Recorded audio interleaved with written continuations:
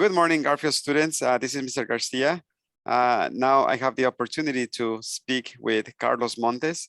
He's a lifelong activist, and he has a long history of organizing with the Brown Berets, with the East LA Walkouts, the Chicano moratorium, many labor unions, and also with Central CSO. So he's a lifelong activist that we need to learn from, and I'm very happy that you have dedicated these next minutes, for us and for Garfield students to learn more about you and the struggle during the 1968 East LA walkouts.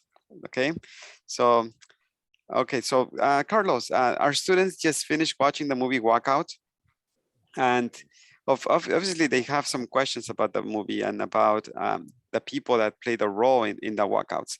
And yeah, you were one of the main leaders. So the first question that students have for you is, like, how much of the film is true and how much of it is drama? yeah. No, it's a good movie. I'm glad you watched the movie. And I think most of it is pretty good, pretty accurate, except for me, the guy that played me. I had a beard, and I don't have a big pants. I've always been a skinny guy, so that's not true. That's the name. I forget the guy's name that played me, Fidel. And but you know what I like about the movie? It is an HBO Hollywood type movie. It does talk about the conditions in the schools, the bad conditions, the restroom, no restroom, the racism.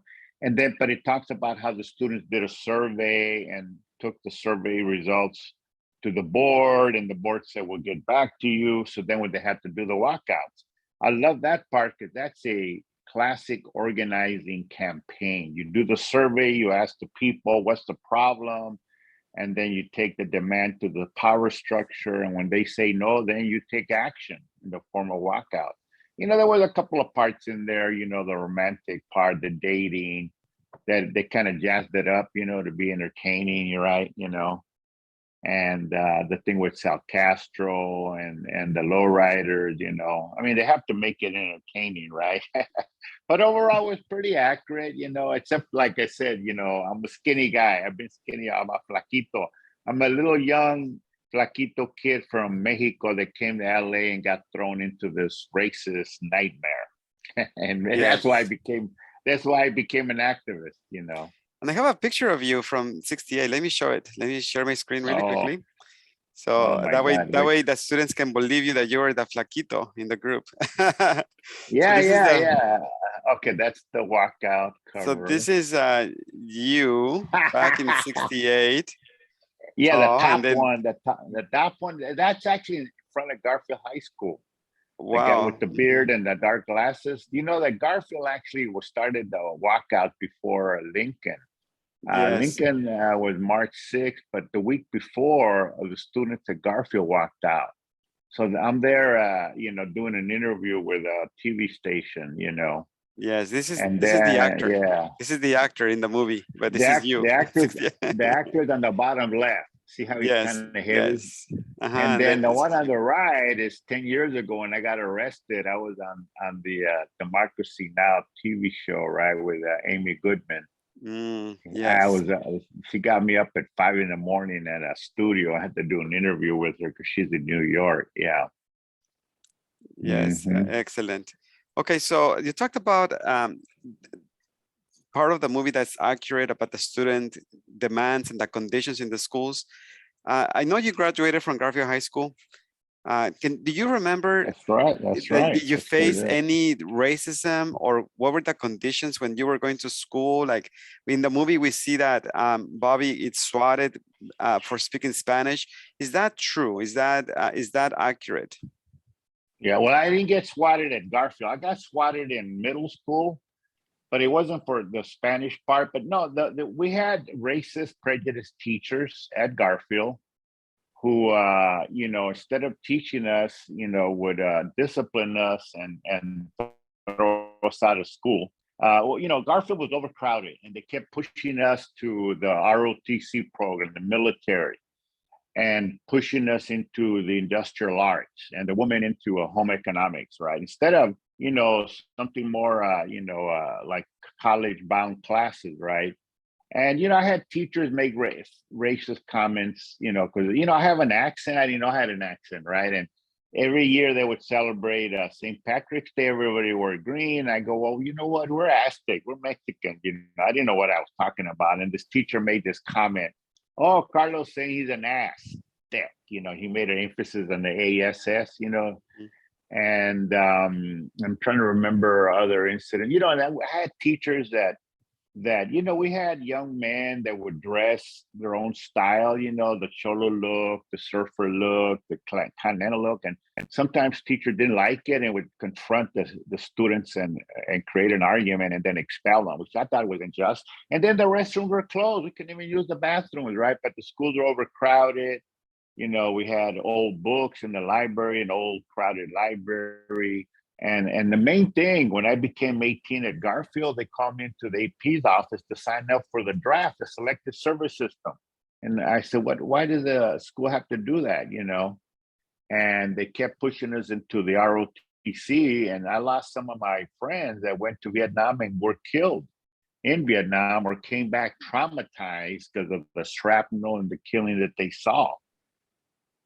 Okay, so And we didn't have any ethnic studies. The history we got was vanilla U.S. history. That the U.S. is the best country in the world. Everything's fine, and we had no history of the Mexican-American War, of slavery, of how the U.S. committed genocide against the indigenous communities. Yes, Carlos, and this is why I think this interview is so important, because many of our students, I teach 11th grade at Garfield, and many of the students, when they come in, they don't know anything about the East LA Walkouts, and they don't know nothing. And they are 16 years old. They are 16 years old, 17 years old. So my job is to bring that history back to life, because it matters. And I wish that they were learning about this in elementary school and then grow and flourish and continue to blossom until they graduate high school, and then we'll see what happens with their lives, But this is my next question, considering that lack of historical understanding and appreciation for our own identity.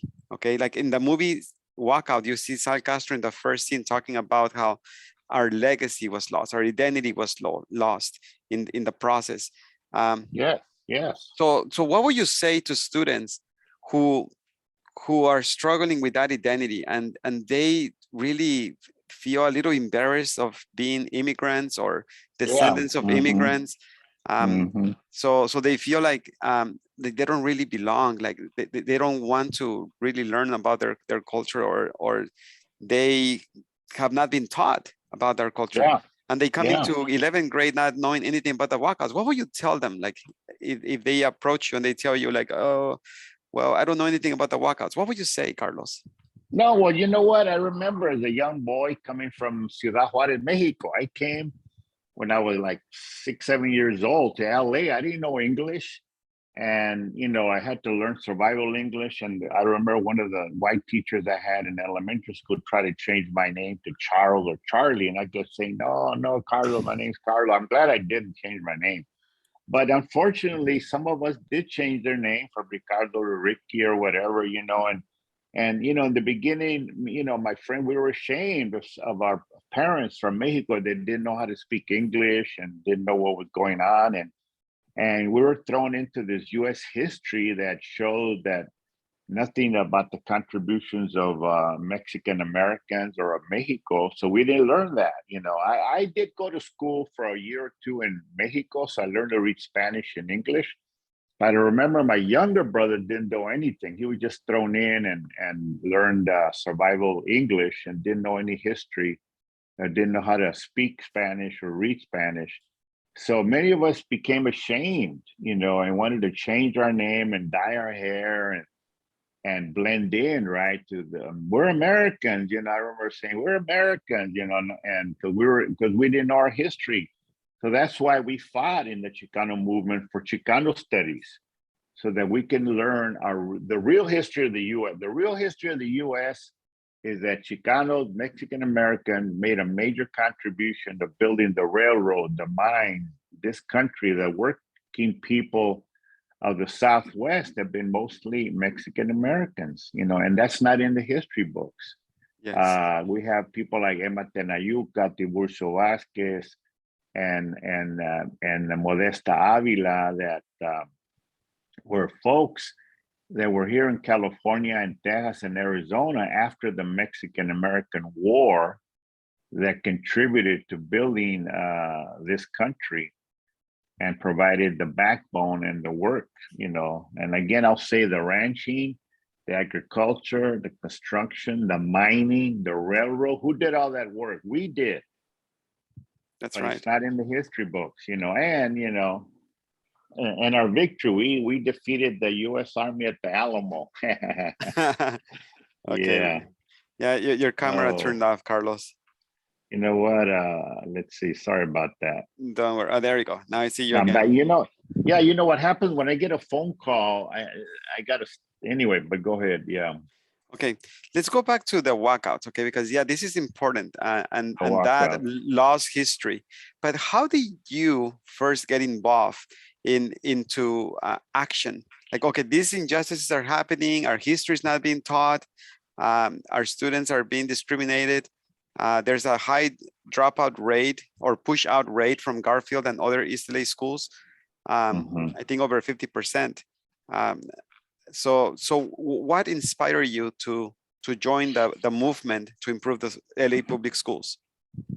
How did you get involved? Well, well, you know, it's a long story, but my mother always told me, no se te olvides, eres mexicano, habla español, right? And then my father used to take me to his union meetings. And when my father was a shop steward in his union, and one time they went out on strike, and I went as a little boy to help in the picket line. So I remember those things, right? But then when I graduated from high school, I went to work at a factory downtown. It was hot, sweaty, hard. And I told my friend, let's go to East LA College, right? So went to East LA College. And there I met some older Chicanos that formed a group called MASA, Mexican American Student Association. And I went to the meeting there, and they were more, all they wanted to do was do tutoring, scholarships, education. And I kept telling them, why don't we do something like the Blacks? You know, the Blacks are out there marching and protesting. And so the Black civil rights movement influenced me a lot. And so they told me, well, you know what? Why don't you go and do it? And I thought to myself, oh, yeah, right. Okay, I should. Right? But at the same time, yeah, I know. Se me prendió el foco, right? And so we formed a group called La Vida Nueva at East LA College that became more active, started protesting against racism, demanding Chicano studies. And we got Chicano studies at East LA College. It was one of the biggest, best department in the whole community college district. Brings in a lot of students, a lot of revenue to the college. And but also at the same time, I got a job in Lincoln Heights where I got exposed to La Raza newspaper. Liesar Risco one time brought in the newspaper to the Team Post, and I said, here, look, distribute it. And I read it, and I go, wow, this is awesome. They were writing about our history, about the police abuse, about racism in the schools. And I read the newspaper, La Raza newspaper, the first one, and that really like opened up my mind. And then I got a book that was the only really Chicano studies book. It was called North from Mexico by Carrie McWilliams, which gave me a whole different version of the history of the Southwest. It talked about the railroad strikes, the copper strike. It also showed how the Texas Rangers used to lynch Mexicans, you know, and that got me aware, but it also got me angry, right? And I said, I got to do something, get involved. And we formed La Vida Nueva, and I joined the Young Chicanos for Community Action, which became the Brown Berets. We opened up a coffee house right there on Goodrich and Olympic. And because, you know, I grew up cruising Whittier Boulevard, listening to music, you know, the oldies and rock and roll. And I got harassed by the sheriffs. You know, I would get stopped and patted down. I got arrested unjustly for something I didn't do. And they would harass my friends, you know. And so I remember that, you know, that. So we were at La Paraña Coffee House. We started organizing against police abuse and for better education, which led to the walkouts. Beautiful. In the movie Walkout, you see the students going to what is that camp in Malibu, right? Oh yeah, Hess Kramer. Yeah, Hess Kramer, exactly, Hess Kramer camp. So when did the movement begin at Hess Kramer, or did it begin at La Piraña? Like the organizing of the students to try to do something to improve their schools. Like where was this and where did it begin? Like the idea of like, you know what, let's walk right. out. Yeah, well, you know what? It didn't begin in one place. It was all around, the students. It began at Lincoln High School with Paula Crisostomos and Bobby doing the survey, right? And meeting at meeting at Garfield and Roosevelt and Lincoln and Wilson in forming student strike committees, right?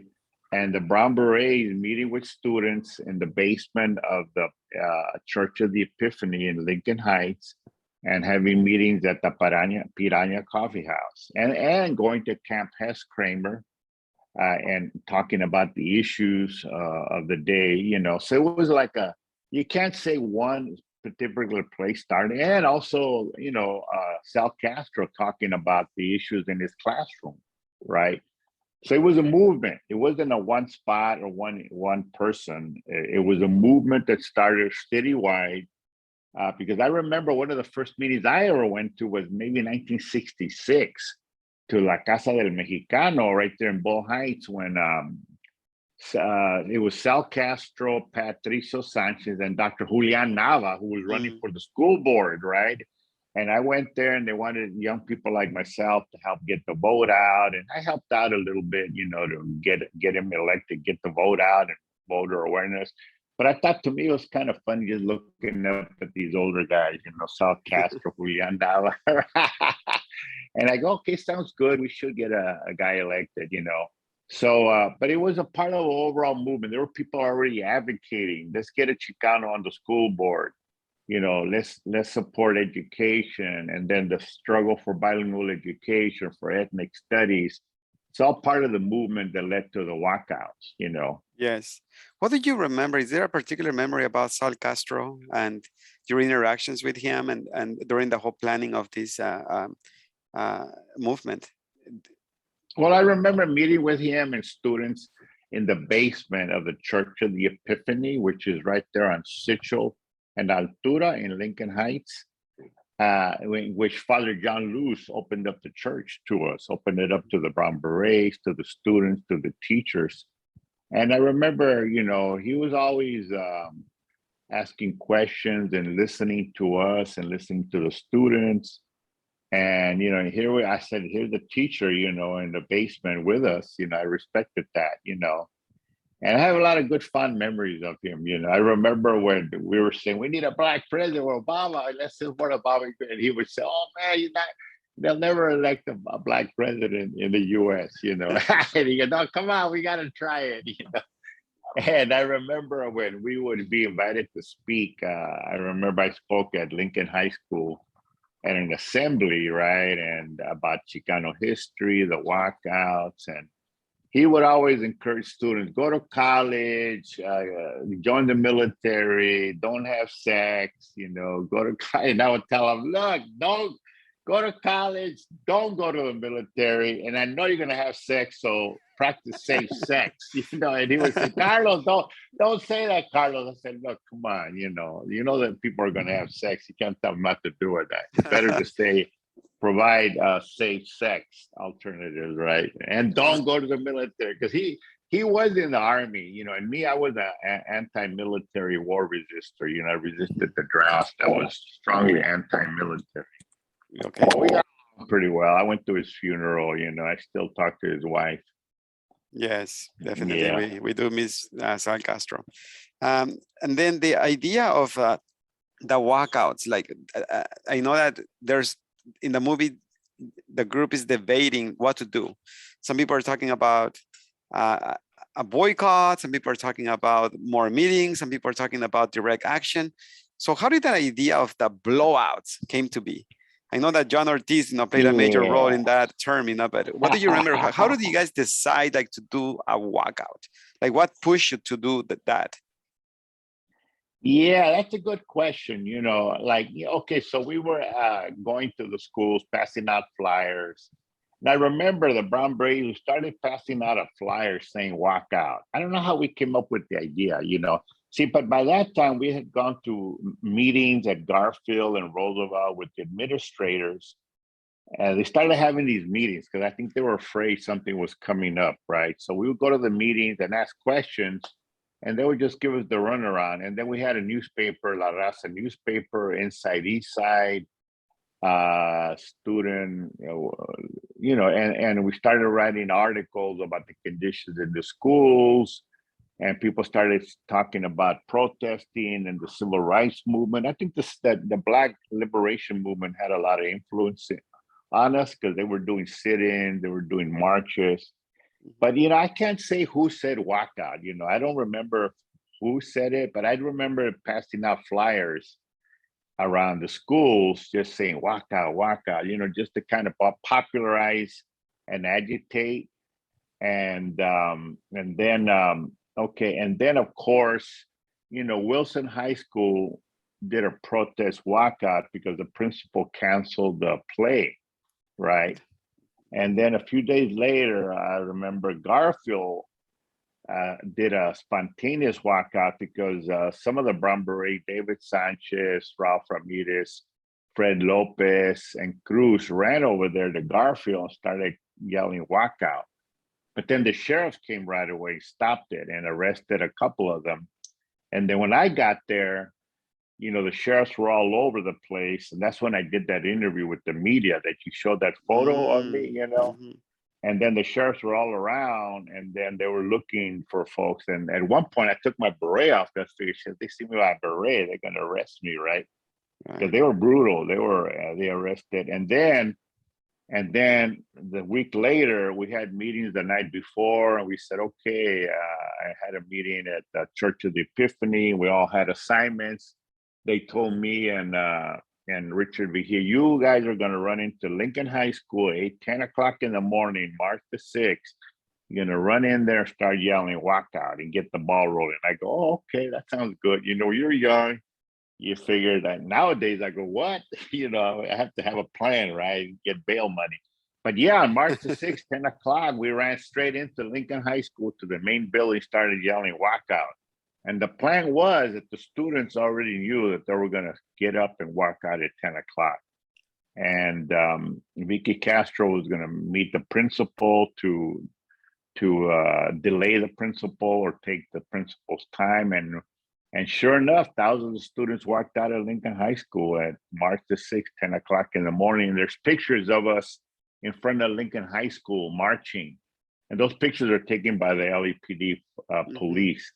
It shows me, shows Freddy Resendez, shows Sal Castro, Moctezuma Esparza, Vicky Sanchez. And then after a couple hours of marching and rallying, then we went over to Roosevelt High School to get the walkout started. But when we got over there, the administrators had locked up the gates with chains, so we couldn't get in. So we were on the Mott Street side of the driveway near the auto shop building and Mott and 6th Street. And that some students throw a big rope over the fence, like a big rope that we used to do the gymnastics. And we wrapped it around the gate. We started pulling on it. And I go, oh my God, this thing's never going to break. But the students from the inside started pushing the gate, pushing. And we were pulling. And you know what? Miraculously, the chain popped and broke. Wow. Yeah. And the gate opened up and all the students just flooded out. And then I go, I was like huffing and puffing. I turned around and looked, and there was a white guy with a white shirt and a tie taking photos of us. And that was the police photographer that took a picture of me and other Brown Berets and the students' protest. So, Years later, when people try to say, "Oh, I did this, I did that," well, shit, here's the photo of it. Here's the testimony from the grand jury. You know, the police witness that saw what we did. You know, but yeah, because somebody tried to say they drove up with a car and put a chain and pulled the gate open. I go, that didn't happen, man. Come on. People try to change stories 50 years later. You know what I mean? Mm-hmm. But then we went over to the church and we said, okay, somebody from Belmont wants to walk out. We got a stack of flyers, and I drove over to Belmont High School with Gomez. I forget his first name. Oh, Freddie Gomez, Manuel Gomez. And when we drove up and dropped off the flyer, room, we were surrounded by LAPD police and we got arrested. And that was the first arrest. They took us into the glass house, LAPD headquarters. They questioned us. They wanted to know who was behind the walkouts, who was going on. And I said, hey, you know, we're just students. We want our rights, you know. They try to say, ask us if the party was behind it. And I go, what party? You know, I think they're talking about the Communist Party. Right. And I go, no, right. yeah, I go, what party? You know, I was kind of naive. No, man, we're the ones doing it. The Brown Berets, the students, the community. And my other friend said, oh, don't say nothing. Don't say nothing. Like, all right. And they let us go. Castro. Yeah. Then they let us go. They didn't arrest us. They let us go out. I think they just were questioning us. Later on in the summer, we were indicted. Yes. Conspiracy to disrupt the peace. The East LA 13 of us were arrested. And we're facing up to 5 felonies: conspiracy to disrupt the schools, conspiracy to disrupt the peace. And we're facing time in jail, you know, but we got a lawyer, we fought a campaign against it, and the charges were dropped because they were found to be unconstitutional. We have a right to protest. We have a right to have rallies and marches, you know. It's not against the law to do that, you know. So it's called the East LA 13 case, and you know there's transcripts of it in the CalStat LA East LA archives if you all want to do research on it, you know. Beautiful. Before we get back to the East LA 13, going back to the walkouts, in the film there's evidence of violence against the students, police violence against the students. What happened on that day, and how did you guys respond to that? Well, what happened is that the police showed up. You know, I don't know if the administrators called them. The police were pretty brutal. They still are, right? They started trying to stop the walkouts by brutalizing the students and going to Roosevelt. There's pictures of Roosevelt where they grab students and beat students, you know. And we kept going to the schools and saying, we have a right to walk out, you know. And so they went on for 2 weeks. You know, then we organized a rally at Hazard Park because the school board had a district office there. And we got the politicians involved, like Ed Roy Bogg, to denounce, you know, the police abuse, and eventually stopped, right? But we then had a sit-in at the school board to continue the protest. And the police are used as an instrument of repression. We faced arrests, especially the Brown Berets. They started harassing us. They started arresting us. They send in undercover cops to the Brown Berets to infiltrate, you know, young men that look just like us, but they were actually paid police officers. And they were there to gather intelligence, and eventually they were there to destroy the organization. So in the 70s, we did face political police repression, you know, in the form of arrest, indictments, and even the killing of Ruben Salazar, August 29, at the Chicano Moratorium March in East LA, yes, 1970. In the movie Walkout, I know that this is part of the drama of the movie, the romance between Paula Crisostomo and Robert Avina, right? The undercover agent from the police department. How did you find out that he was undercover, and how do you guys respond to that?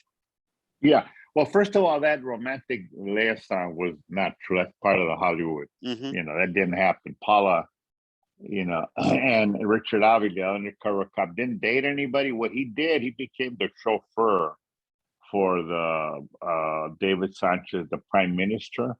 He always had a car, he always had gas, you know, and that's how we used, you know, because we didn't have a car, we didn't have money, right?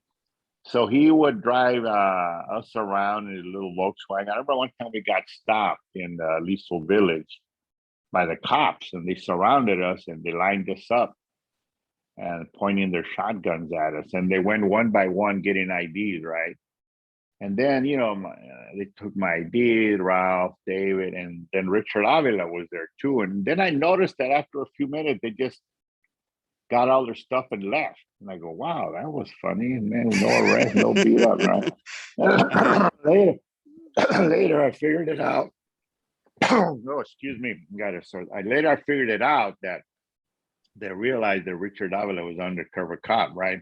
So the way we found out is that what happened, Richard Avila didn't get anybody arrested. He was there gathering intelligence. He was part of the LAPD Public Disorder Intelligence Division. They sent in another cop, Fernando Sumaya, to infiltrate us. So we had two cops at the same time from LAPD, right? So what happened with Richard Avila, they used a psychological warfare on us. They had him go to George's hamburger stand right there on Chavez off of Breed Street between Breed and Soto in a full uniform, black and white car with two other cars full of LAPD. And he went to this George's and ordered hamburgers. And we had an office right there on Soto and Chavez. And the Brown Beret members and women came running, screaming to the office. Yeah. And like, why? What happened? What happened? Did somebody get shot, beat up? Oh, no. Richard, what? So I got my beret and I got out and we ran over there down to George's. We walk up there and all of a sudden we see him in the full uniform, badge, blue gun, with a black and white car, all surrounded by LAPD cops. And he looked at us. He just did a weird smile, like a smirk on his face, like, you know.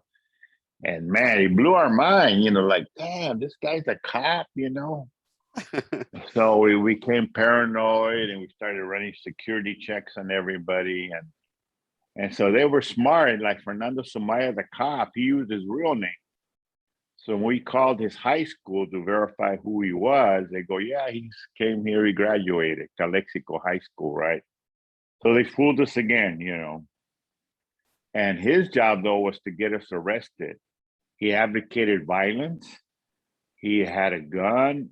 Fernando Sumaya, the LAPD undercover cop, infiltrated the Brown Berets, and he wanted to firebomb the Safeway stores because they were not boycotting grapes. We had the grape boycott to support the United Farm Workers Union struggle, boycott grapes. He wanted to go shoot up places, right? And then he advocated violence, you know. So yeah, that's part of the, yeah, go ahead, questions. Wow, that's amazing. But wasn't his name Robert? The first one, the first undercover? In the movie, his name Robert. Yeah, Robert Avila. Robert Avila, okay. Yeah, okay. Robert Avila. He used a fake name. Okay. That was the first one. The second was Fernando Sumaya. Okay, He's the one that was more aggressive. And then Robert Acosta, he was with the sheriff. Okay, excellent. We had three. So the purpose of them was to destabilize the movement and yes, make it fail and get you guys arrested. Now, yes. Going back to the East LA 13, when you guys were arrested, where were you when that happened, and how did you get out? Like, what was the role of? I know that there's the Buffalo, right? Like Oscar Acosta played a role in that as well. What do you remember about the day of your arrest? And then how did you bailed out from that? Okay, I was in Washington, D.C. attending the Poor People's Campaign during the summer of 1968. So we were protesting every day for better education, for jobs, for food. Right, we were part of Martin Luther King invited us to be there. Hmm. Early 60s. Then he was assassinated. So we were there with the Crusade for Justice, the Alianza Federal de Mercedes, Reyes Tijerina, Corky Gonzalez, Tele Welfare Rights Organization, Alicia Escalante. So Corky Gonzalez came over to me and Ralph, said, "Hey, there's a warrant out for your arrest." I go, "What? What do you mean? We guys have been indicted. You've been indicted. They're looking for you." "What? Really? Oh my God." So then we better hide out. We took our beret off, we started, and they said, some people say you should turn yourself in. No, we're not going to turn ourselves in. So we did. We organized a march with the whole Poor People's Campaign, including Jesse Jackson, to the Attorney General's office. His name was Ramsey Clark.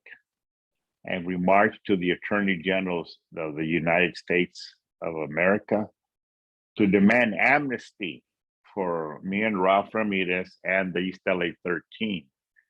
And we got to the office, we sent a delegation in to meet with him. We didn't want to go in because if we go in there, they'd probably arrest us. And so then Jesse Jackson went in there, Corky Gonzalez, other folks, and we said, we want amnesty for the East LA 13 against this arrest for the walkouts.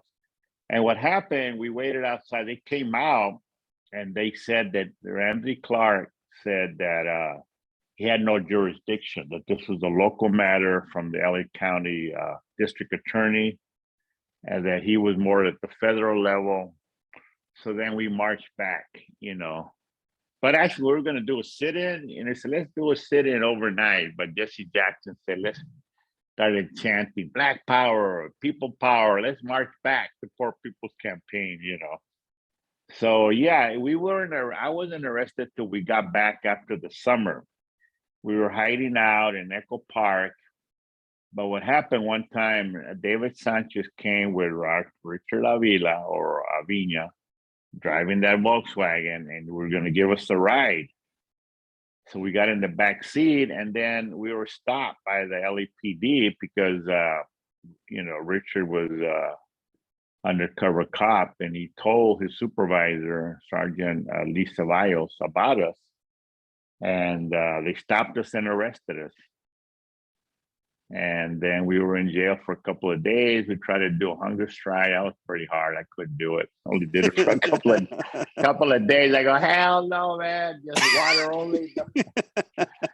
So we got bailed out. And continued our organizing against the war in Vietnam. And, yeah. Until the charges were dropped in 1970, correct? Or 72. Yeah, they were dropped because of the right to peacefully protest and assemble. Correct, constitutional rights. Carlos, going back to the walkouts at the end, do you think after those arrests of the East LA 13, and Sal Castro, of course, was also one of those 13 people who were arrested, and then he got his job back thanks to the student protest and the parent protest. Do you think the walkouts was worth it? Was it worth it, really? Did it change the system? Yes, absolutely. We got ethnic studies, we got Chicano teachers and administrators, we got open campuses, we got bilingual education, Chicano studies. We have more emphasis on college bound schools, and we got more respect for our parents to be able to participate in running the school. So it did change, it took the walkouts to, blast open the gates of a demand for quality public education, Yes, which is our democratic right. So, and it influenced not only education, but the walkouts sent the message throughout the US that Chicanos were not going to take it anymore. We're going to demand our rights.